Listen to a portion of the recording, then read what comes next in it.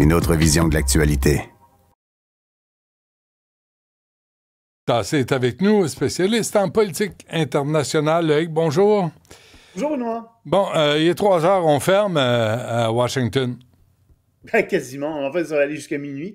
Mais le problème, c'est que, tu sais, c'est comme ça chaque année. Bien sûr, les États-Unis ont des budgets qui sont déficitaires et donc, il faut augmenter le plafond de la dette chaque année. Et chaque année, parce que ça doit passer aussi par le Sénat, par un vote de 60-40, un vote majoritaire à 60, ben, ça bloque. Et donc, cette fois-ci, ce sont les démocrates qui bloquent. Sauf que, il semble bien que ça passera pas aujourd'hui, en tout cas. Parce que Donald Trump dit, bah, c'est très bien, ça va nous permettre de faire passer des renvois de fonctionnaires, on va les renvoyer de manière permanente, on ne les paiera plus. Et d'autre part, les démocrates tiennent vraiment à ce que l'Obamacare, donc les soins de santé, soient prolongés pour tout le monde. Ça arrive à échéance à la fin de l'année. Et donc, ils voudraient qu'il y ait des crédits qui soient votés pour ça. Donc, c'est le blocage complet. Le vice-président américain pense aussi que c'est un blocage et que ça ne sera pas réglé. On suit ça. C'est assez terrible, remarque, parce que ça veut dire qu'il y a plein de fonctionnaires qui vont cesser d'être payés, plein de gens qui vont cesser d'être payés. Même les militaires vont être obligés de travailler sans être payés comme tels. Évidemment, quand les budgets vont être votés, ben, ils vont être à ce moment-là remboursés. Mais tu vois le genre de situation dans laquelle ça place les États-Unis. Bon, et il y a eu une rencontre dans les hauts lieux militaires aussi. Mais oui, mais tout le monde attendait ça.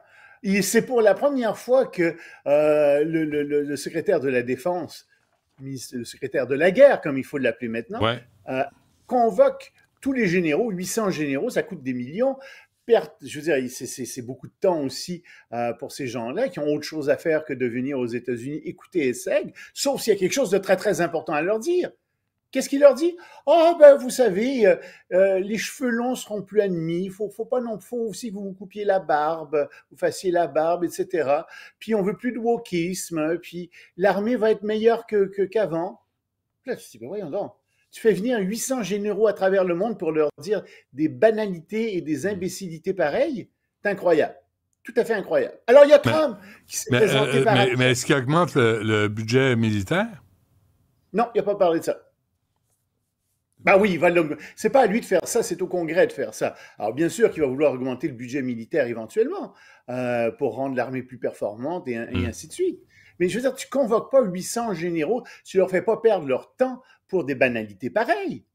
Puis ensuite, il y a le président des États-Unis qui s'est présenté là, un certain Donald Trump, et qui avait un discours complètement décousu. Il n'était pas préparé.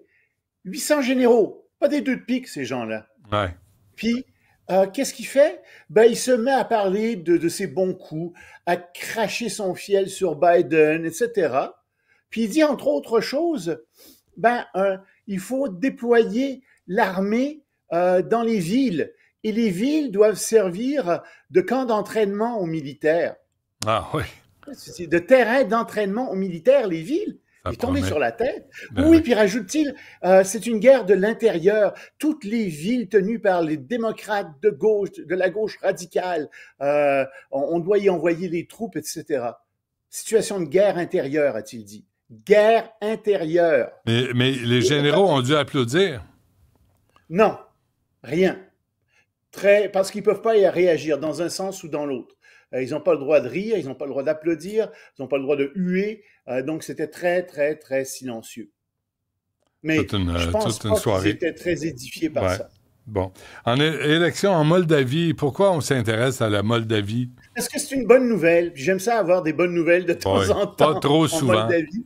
Ouais. Oui, ce qui s'est produit là-bas, c'est que le parti pro-européen, pro-Union européenne a remporté les élections avec plus de 50% des voix. Ça va leur donner environ 55 sièges sur 101 sièges. Et ils ont remporté ça contre le bloc patriotique, qui est composé du Parti communiste, du Parti socialiste et d'un parti nationaliste. Et tous sont très proches de Moscou. Et ce qui est très intéressant, c'est que dans cette campagne, il y a eu énormément de propagande et de désinformation de la partie russe, de la part de Moscou, avec des vidéos en ligne, avec des électeurs qu'on payait pour aller voter pour ces partis-là. Et ça a été dénoncé, ça a été révélé par les journalistes. Et donc, oui, c'est heureusement donc le bloc pro-européen qui a remporté la victoire. Mais on se demande ce que Moscou va faire exactement, on se demande ce qui va arriver, d'autant plus que le bloc patriotique a dit « Ah mais non !» Il a fait dans les 24% des voix, hein, le bloc patriotique, et les partis pro-européens ont eu 50% des voix. Ah, il dit quoi? Il dit non, c'est nous qui avons gagné les élections avec 24% du vote. De job convaincre le monde. Hein, ça ne sera pas simple. Je ne pense pas que ça se passe. Bon, et grave manifestation à Madagascar? Ben, ça, je t'en parle. Je ne sais pas si j'ai vraiment le temps de t'en parler, Oui. J'ai du temps, bon, mais c'est parfait. C'est parce que, figure-toi qu'il y a une grande exaspération de la population, en particulier des jeunes, face aux dirigeants qui sont incompétents et corrompus, qui font des choix administratifs qui n'ont aucun sens.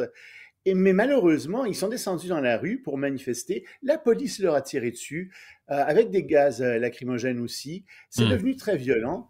Et ils ont pillé des magasins, pillé des petites usines. Ils ont mais vraiment tout ôté, là, les outils, etc.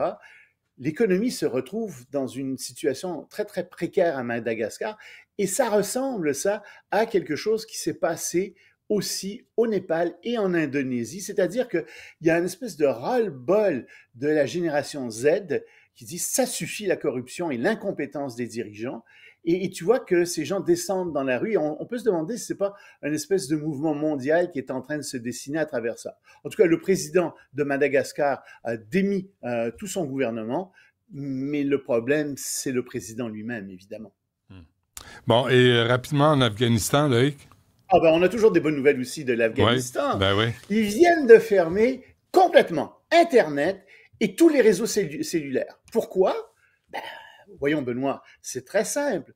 Pour prévenir le vice, en particulier chez les femmes qui avaient accès chez elles à Internet.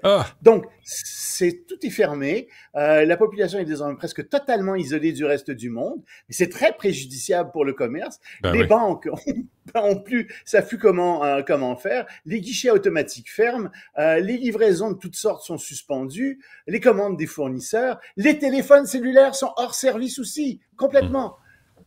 Alors, bien sûr, c'est ce qui fait l'affaire aussi des talibans, c'est que sans Internet, sans téléphone cellulaire, ben, tu ne peux pas les critiquer. Alors, un bel exemple. Moyen-Âge, ils vivent la charia.